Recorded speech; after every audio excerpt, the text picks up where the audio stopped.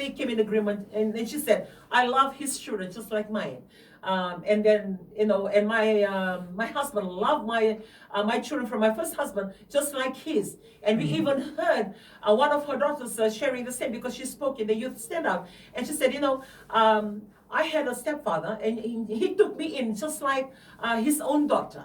And hearing that, it looks good, yeah, sound good, because you're together. But when something happened, how sure are you that your family is still okay? So that is why we want to bring you back to what we're talking about here. Like, we don't want to talk about it, but you need to. Don't assume the fact that you're going to be here forever. I mean, at that point, when I was raising my children up, they were in primary school. But I was talking to them about the house, and the house wasn't even paid off at that time.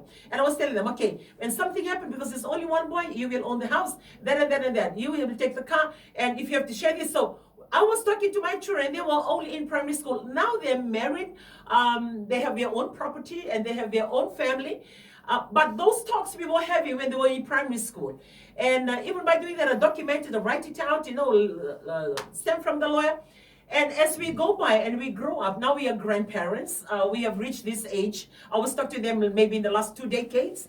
And moving forward, we're still having that kind of same talk, and even now to our grandchildren, we are talking to them and telling them, look, that farm is going to be there. We're going to work on that farm. Remember, you have to work hard, do this and that, but always remember that. And then Joshua is the eldest and said, Joshua, you have to remember, you have your sibling, you have your 2 brothers, you have your 2 stepsisters. So you always need to know that whatever that you do and whatever that we are leaving behind, you have to remember them.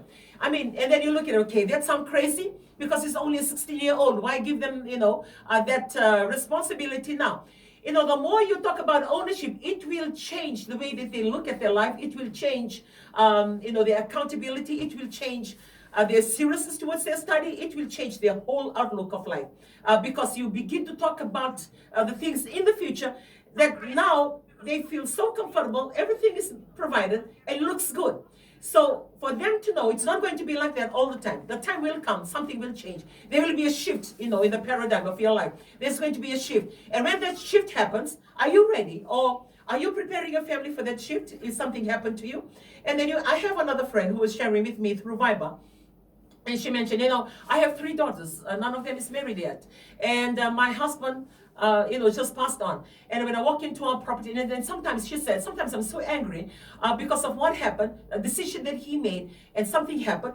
And I'm so angry with the fact that now I have to carry that burden on my own and take on this responsibility that's supposed to be shared from the beginning, but now it's all on me. So back to our family. How much do you love your family, and how much do you love your children? And the content or the percentage or the volume of your love will define what you will do now. Because if you really love them, then you will make sure that they are in good hands. You will make sure that you plan well. So this is a time, we are talking about planning. It can be planning for the future, but document it. It can be planning for the midterm, short term, but document it.